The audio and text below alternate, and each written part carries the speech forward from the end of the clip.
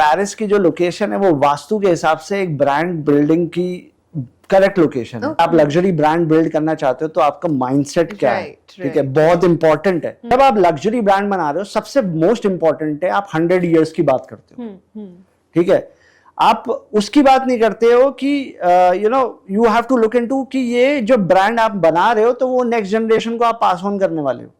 जब लग्जरी में डिमांड बढ़ती है तो सप्लाई जो है स्टैग्नेंट ही रहती है। राइट। ये नहीं है कि आपकी डिमांड बढ़ रही है मार्केट में, आपने सप्लाई भी बढ़ा दी। तो इससे क्या होगा कि desirability of the product reduce हो जाएगा, राइट, और ब्रांड रिड्यूस हो जाएगा। लैम्बोर्गिनी उरुस ने 2023 में अपने सारे यूनिट सोल्ड आउट हो गए थे, उनके जितने भी एलोकेटेड थे फॉर द इंडियन मार्केट, ठीक है, हो गया। लैम्बोर्गिनी क्या बना नहीं सकता। और अर्मेस का बर्किन बैग आपको कभी भी स्टोर में नहीं मिलेगा। आप चले जाओगे, आप सीधे बोलोगे I want to own the Birkin bag, no, you will not get it. Right. No matter you have the money, but you will not get it. You have to achieve the status of Hermes to own the Birkin bag. आप supermarket में अपने luxury products नहीं बेच सकते हो। Never put your all eggs into one basket.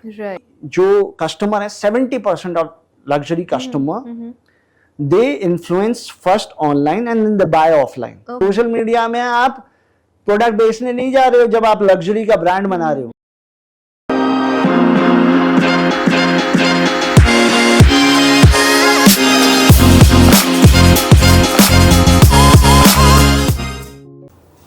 So, Mr. Maan, we've been talking about, the luxury market, Indian market, luxury in India, and a couple of things for a few minutes now.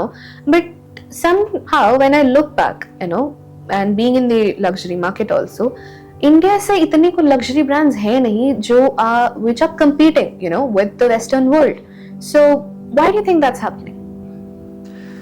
Yeah, so India से luxury brand इतने क्यों नहीं है, ये आपका जो question है, ये मुझे भी कई बार ऐसा लगता है कि इंडिया में क्या पोटेंशियल नहीं है। नहीं, इंडिया में बहुत अच्छा पोटेंशियल है। बहुत सारे लग्जरी ब्रांड्स के सप्लायर्स इंडिया में है। India is known for one of the finest craftsmans, ठीक है, मगर हम इंडिया में ब्रांड नहीं बना पाए इतने कंपैरेटिवली जितने वेस्टर्न वर्ल्ड में है। तो इसकी स्टोरी जो है ना, पहले तो आपको ये समझनी है कि वेस्टर्न वर्ल्ड में क्यों इतने लग्जरी ब्रांड्स हैं, ठीक है। तो ये पीछे से आया है क्योंकि एंसेस्टर्स ने कुछ ऐसा करा होगा तभी उन लोगों को इतने ब्रांड्स मिले हैं, ठीक है। और मैंने ये सुना है, वैसे मुझे नहीं पता ये कितना करेक्ट है, कि पेरिस की जो लोकेशन है वो वास्तु के हिसाब से एक ब्रांड बिल्डिंग की करेक्ट लोकेशन है। बट ये मेरे को पता नहीं है कितना करेक्ट है क्या है पूरे वर्ल्ड में जहां उसकी पोजीशन है, तो इस वजह से। और कमिंग बैक टू दिस, सो उसका एक फ्रांस का एक किंग था, लुइस 14 आई गेस। थोड़ा सा मुझे आइडिया है क्योंकि बहुत पहले मैंने ये स्टोरी इसके बारे में पढ़ा था। तो उसका किंग जो था उसने सबको बोला कि अगर आपको ये लग्जरी लाइफस्टाइल चाहिए, मैं अपने पैलेसेस में एक एक रूम दूंगा आपको, बिल्कुल लग्जरी का। मैं उसको रूम दूंगा जिसके अंदर एक कैपेबिलिटी, एक्स्ट्रा ऑर्डिनरी कैपेबिलिटी हो। अगर आप वाइन मेकर हो तो मैं आपको बेस्ट वाइन मेकर हो, I will give you this facility.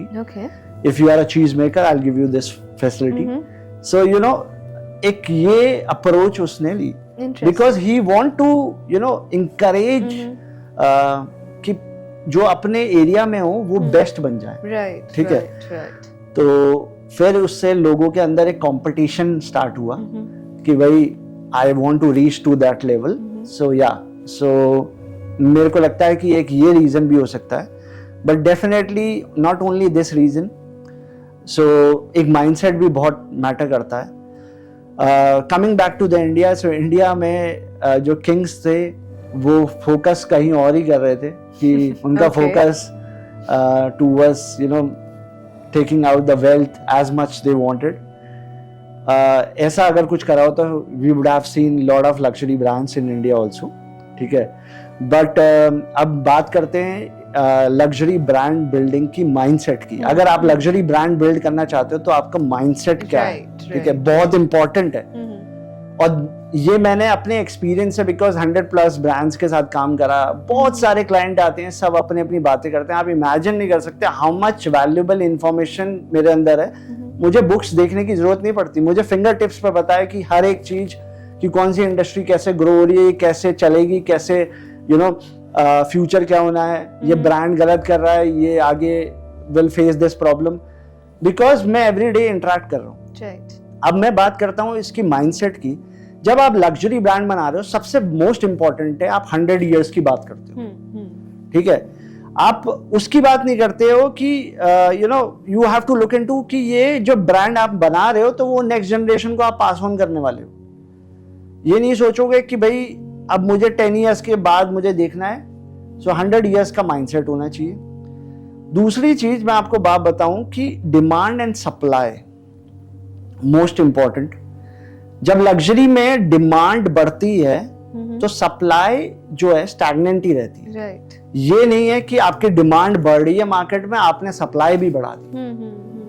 तो इससे क्या होगा कि desirability of the product reduce हो जाएगा। राइट। और ब्रांड रिड्यूस हो जाएगा। फॉर एग्जाम्पल अगर आप एक्सेस अमाउंट ऑफ अगर वो दे दोगे, जो मेरी खुद की डेफिनेशन है, luxury is desire for all, so वो कम हो जानी। Correct. So that will not work. और इंडिया में क्या होता है कि हम mostly, I am talking about mostly, people have a mindset कि भाई डिमांड बढ़ी, चलो सप्लाई भी बढ़ा दो। वो खुद ही ब्रांड की डिजायरेबिलिटी रिड्यूस कर देते हैं। लग्जरी में ये वर्क ही नहीं करता। अगर आपके अंदर वो है, कैपेबिलिटी है टू हैंडल दिस सिचुएशन, तो आप लग्जरी ब्रांड बना सकते हो। चलो मैं कुछ एग्जांपल भी दे देता हूँ, तो सो दैट ऑडियंस ज्यादा रिलेट कर पाए कि ये सिचुएशन पे कैसे वर्क होता है। आप लैम्बोर्गिनी को देख लो। लैम्बोर्गिनी उरुस ने 2023 में अपने सारे यूनिट सोल्ड आउट हो गए थे, उनके जितने भी एलोकेटेड थे फॉर द इंडियन मार्केट, ठीक है। Lamborghini Urus is working well in Indian market because of SUV and ground clearance ऊपर है, तो बहुत सारी चीजें। Right.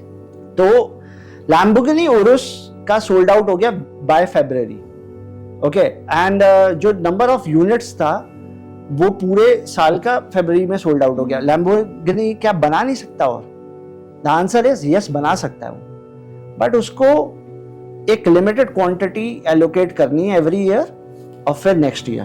Right. You have to wait in the queue if you want to own Lamborghini Urus. Right. ठीक है। Right. Same Rolex भी करता है। Rolex आप जाओ किसी भी स्टोर्स में, आपको Rolex नहीं मिलेगा। You have to wait for some time. Right. Right. So it give you a different pleasure to own the brand when you have waited for that long.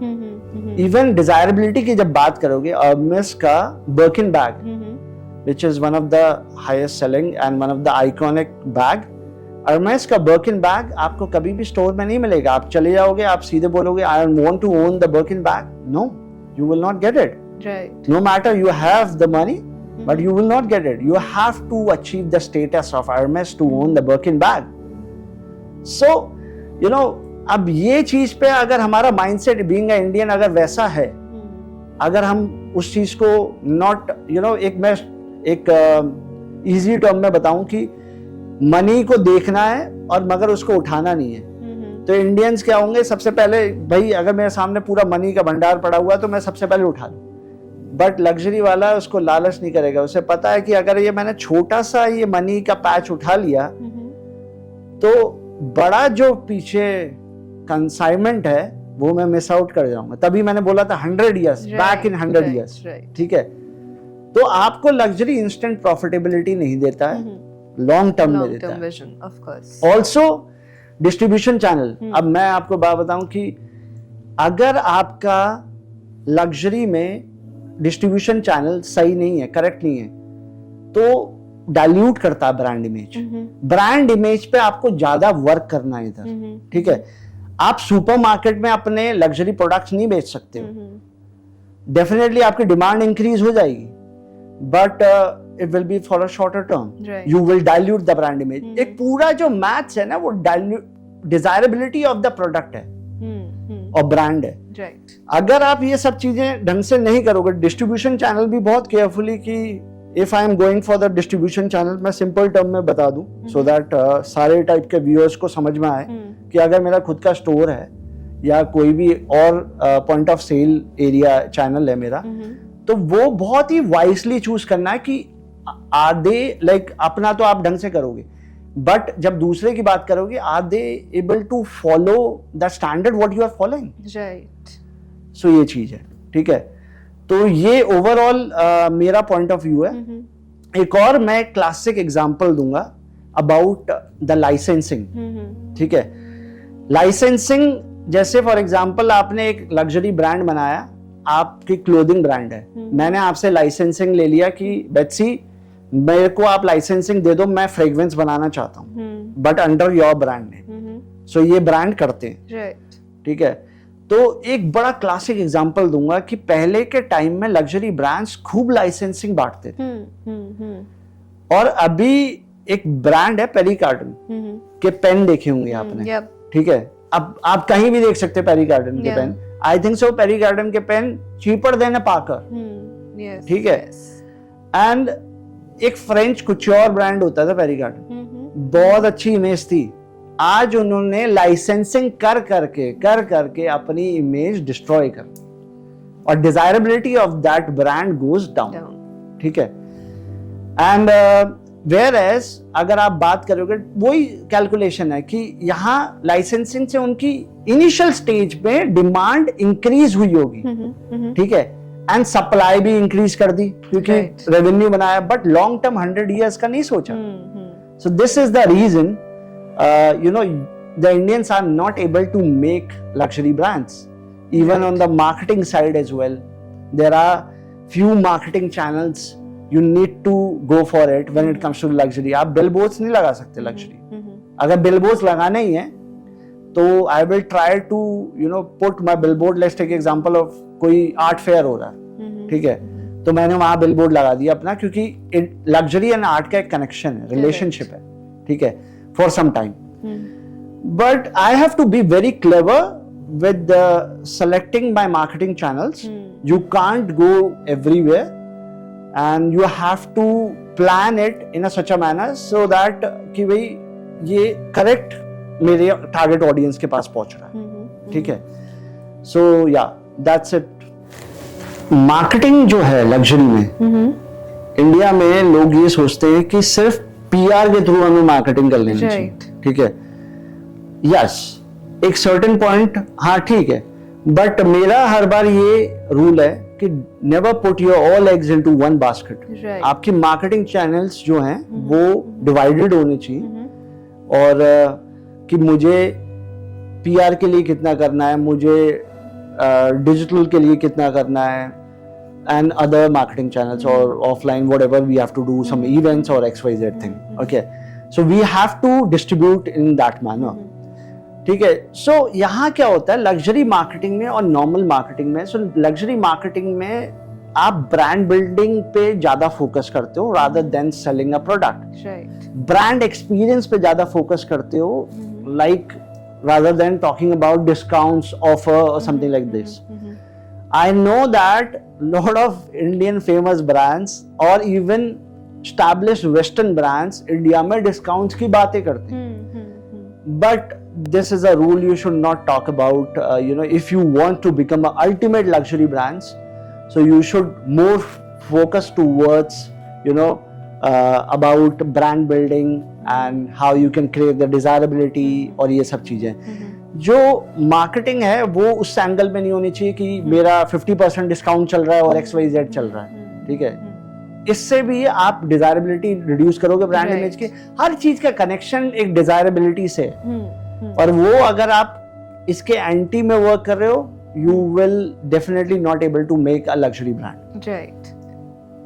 So that is an interesting pointer that you put out there, and I'm sure काफी brands में we have seen this happening कि focus is usually on the marketing, on the PR activities, वहीं पे all the investment is being done. Being the investment part जब मैं talk कर रही हूँ, I would also want you to bring your focus on the digital experiences here, websites, the media channels. We're not working on that. What take do you have on it?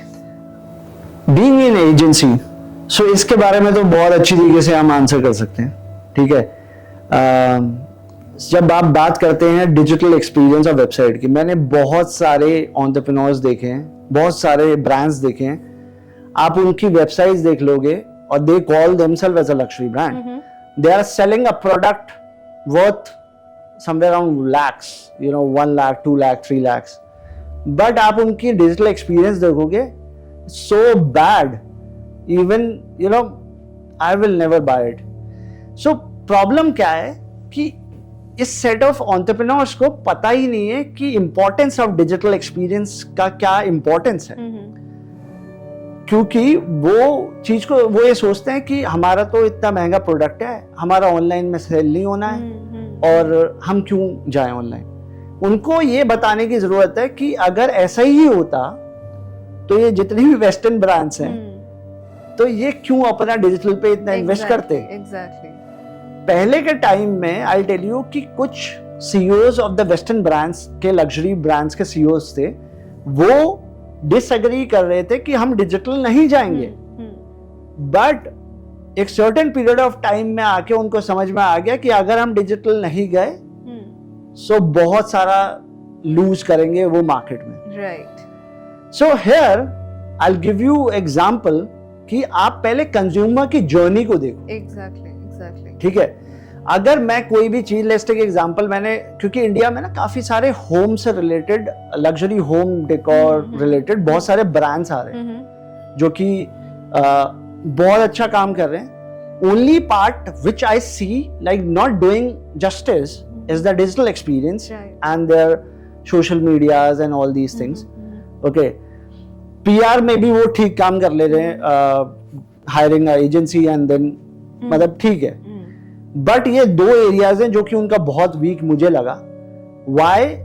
अगर आप देखेंगे consumer का experience, so this is the report from McKinsey. So luxury जो customer है, 70% of luxury customer they influence first online and then they buy offline. Okay, wow. Okay, so that's a very interesting information.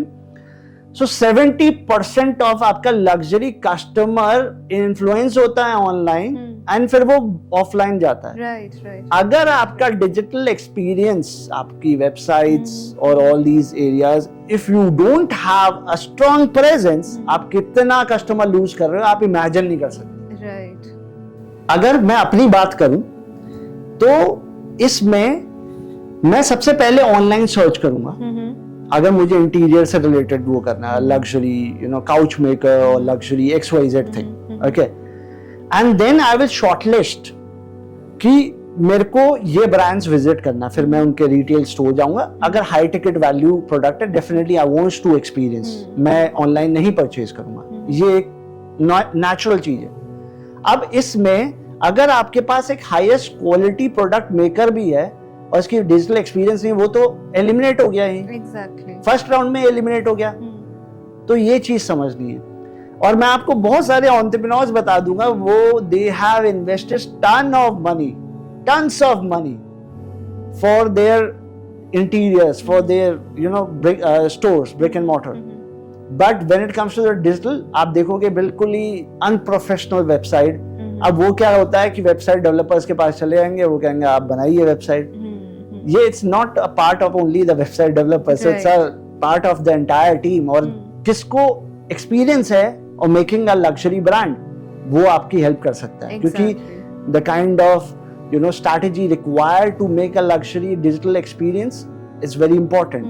Again, हम जैसे in my agency, so we take care of कि luxury desirability of the brand we maintain while making a luxury website. Right. Okay. So this is the one of the most important thing which we feel like in India अभी इस चीज में हम बहुत lack कर रहे हैं। Even on the social media.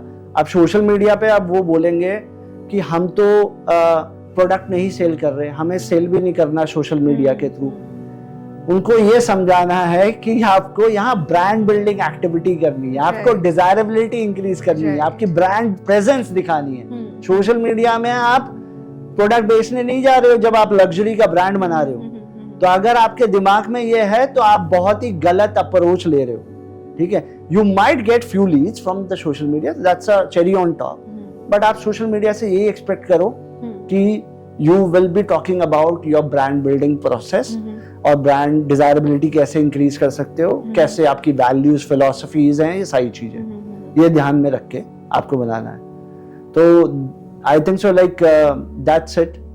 Yeah, Mr. Mann, that is actually a very insightful thought because जब हम consumer journey की बात करते हैं, most of the brands overlook a major segment of it, and as you mentioned earlier, PR or marketing and further sales में focus रहता है.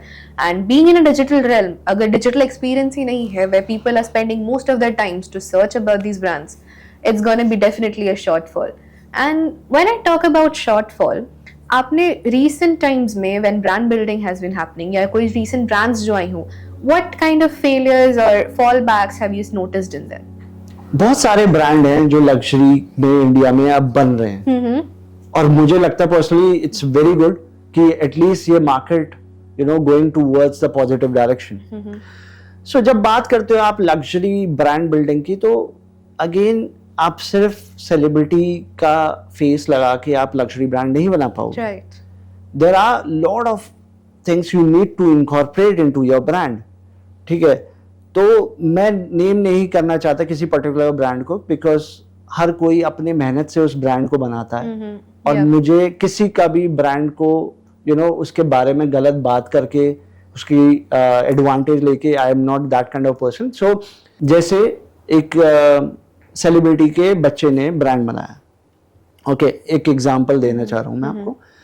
अब उसने अपने पेरेंट्स को एज अ ब्रांड फेस बना दिया, एंड देन सोल्ड आउट दिखा दिया थोड़ा डिजायरेबिलिटी क्रिएट करने के लिए, एंड वेबसाइट बना दी एंड पीआर कर लिया. Right.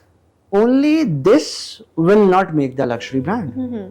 There are lot of pillars you need to incorporate, and most important, brand को जब build करते हो आप, तो एक स्टोरी टेलिंग प्रोसेस होता है. Right. आप सिर्फ लग्जरी से, प्राइसिंग से, सुपीरियर क्वालिटी से लग्जरी ब्रांड नहीं डिफाइन होंगे, या सेलिब्रिटी के फेस से. There are so many other things you need to incorporate. Right. इसका हमारा खुद का फ्रेमवर्क भी है, HMLC framework, Yeah. And where we I have design myself only that framework, जहां हम बात करते हैं कि लग्जरी का क्या क्या चीजें होनी चाहिए while building your luxury brand. मैं आपको कुछ चीजें बता दूं जो कि that you need to incorporate while building your brand, जो कि ब्रांडिंग में, मार्केटिंग में, एंड अदर डिजिटल एक्सपीरियंस और ad campaign, whatever you are doing it, that you need to incorporate. So one is the storytelling process, one of the most uncompromised thing when you are building a brand. Second is attention to the detail. Third is the experiential. Fourth is innovation, and many more. So just to give you the idea, so these are the most important luxury elements are required. Okay. Yeah.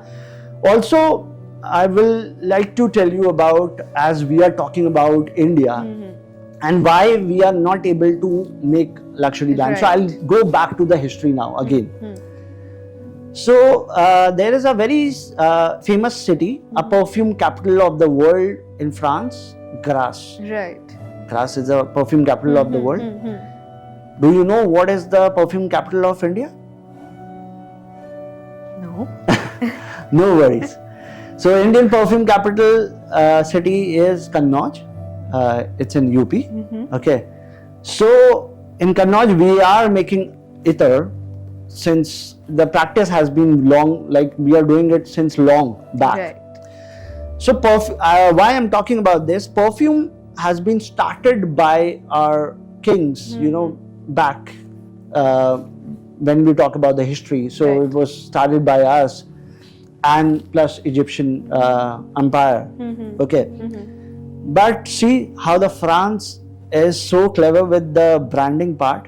So they made Grasse as a perfume capital of the world, and all the perfumers, you will see a small space, a small land they have owned where they have put flowers or whatever for definitely for the marketing. Right. So we grow the flowers and then picked up from here and then make the perfume out of it.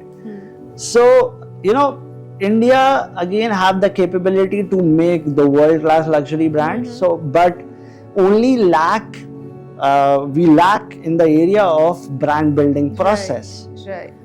And here we are as a luxury consultant, we are there to help the brands to become a luxury brand, world-class luxury brand. So here, I know that India can create the world best product, but brand building, leave it on the consultants. Right. Yeah. Right. We have walked through a lot of case studies on, the downfalls and pitfalls and where we are lacking. But according to you, what industry in India, has been doing well? Is there an industry there where we can see that, consistently we are seeing this growth in the luxury segment? Yes, there is an industry which is doing phenomenally well in the luxury domain. Okay. And since long back. Okay, it's not like recent time, since long back. So the industry name is hospitality. Okay. Thanks to Tata family. So I hope you were aware about how the Taj, born and how they build the Taj. And now I'm really proud to say that India have one of the best hospitality brands around the globe. And we can compete with any brands around the globe, and few brands like Taj, Oberoi's, ITC, they are doing phenomenally a good job and they are nowhere lesser than any other hospitality brands around the globe. Only thing, comparatively, the Western hospitality brands, they have a lot of properties around the globe. The connectivity we don't have, not yet. Right. Still, we need to, I feel like the future will be really bright for the hospitality, and you will see in every famous location, Indian hospitality brands are going over there. Now that we have talked about all the goods and bads and a lot of things, just to get it a bit more interesting for the viewers and to give them a little insight, I'm sure you will have these on your fingertips, aapka everyday, journey it is. Some quiet, unknown luxury brands for the Indian segment. What are your suggestions? I know many, but I'll go with a few which I really liked it. Okay, and some sort of approach they are doing phenomenally good. So first I'll start with the ladies first. So first is Deluxe. Okay. So Deluxe is a brand based out of Belgium, and it's owned by the Richemont Group. And a lot of luxury brands are owned by big groups like LVMH, Kering Group, and Richemont Group, and many more. Okay, so these are the major, biggest groups in the luxury domain. So when you talk about Deluxe, so that's the finest quality bags they create, and very good craftsmanship. And a lot of famous celebrities also own this Deluxe. So yeah, so if you're looking forward a unique bag, a unique brand which is not so common in India, you should definitely buy Deluxe next time when you're flying to Europe. But it's not so, I will say that, a quite luxury, because Deluxe in Western world, it's quite famous. Okay. Second, now I'll move towards the gentleman side, is Dorme. So Dorme is a suit fabric brand, majorly deals in the suit fabric. They have other things as well, based out of Paris, and it's a very old brand. If you are into the bespoke tailoring, so you are 100% aware about Dorme. So next time, if you are going with the bespoke tailoring, you should definitely try Dorme fabric. So they have the finest, they have a very experimental fabrics as well, which you have not seen with other brands. Next, I will move towards the yacht, which is, I know that everybody can't afford yachts, but there is a brand, Italian brand called Azimut. So it's a very good brand, and I think so. Without the yacht, when you talk about the luxury, so without the yacht, luxury is incomplete. Okay. Yeah, and especially for the when you talk about the high net worth individual or who buy yacht. Yeah. Not even the high net worth individuals, ultra high net worth individuals, Right. they buy yacht. Yep. So you need to know, okay, what these brands are doing, what kind of marketing they are doing. Correct. Okay, so as this question is not related to marketing, but just to as we had a lot of discussion. Go depth in that. Yeah, we had a discussion earlier. So now we'll move towards the very interesting industry, which is fragrance, and also my favorite. Right. So right. there's a very good famous brand owned by LVMH Group. There's called Maison Francis Kurkdjian. So this perfumer have created a lot of famous fragrances for Burberry, Alice Saab, Nina Ricci, and many more. Right. So now he owns his own brand, and it's been a long he's working for his own brand, Right. and phenomenally a good fragrance. He's a good perfumer. Really loved it, and especially in India. So you mostly prefer to buy the fashion label fragrances. Right. Although the fashion label fragrances has been created by the perfumers, good perfumers only. But I like to prefer, if I'm buying a fragrance, I like to buy it from the brand which is known for their specific, Right, domain. right. So if I want to buy a fragrance, so I'll buy it from somebody who is known for the fragrance, not known for the fashion. So this is my approach. Maybe for different person have a different approach. Right. Okay. Now I'll move towards the hospitality. There is a brand called Chevallier Blanche. So that's based out of Paris. They have other properties also in Maldives and other Right. cities. So that is also owned by LVMH Group. Okay. Okay. Yeah, that's amazing property. Very artistic approach. So whenever I'm going to the different hospitality brands, so I keep try to discover their values, their style. So that property I really liked it, and the experience. They also own 3-star Michelin star restaurant. Yeah, and that's a very good experience. So next time, if you want to experience ultimate luxury, so and you are traveling to Paris, you should definitely go to Chevallier Blanche, and that will give you the ultimate luxury experience. And my suggestion, you should definitely keep trying a very ultra luxury brands in the hospitality industry, and there are a couple of. But people are not aware about these brands. Right. So yeah. So next time, go to Paris and stay in Chevallier Blanche. Right. I'm sure the viewers would also like to try out these things. We hear the names of Gucci and Chanel and LVMH every now and then, but these are some that they should definitely look into.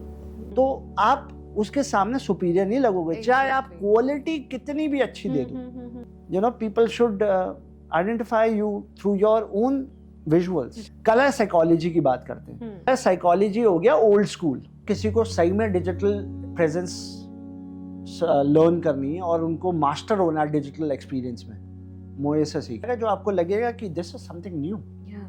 Okay. अगर आपका digital experience बहुत अच्छा है तो आधा work तो वहीं हो गया. All these thing you need to incorporate into your brand if you want to become a world class brand.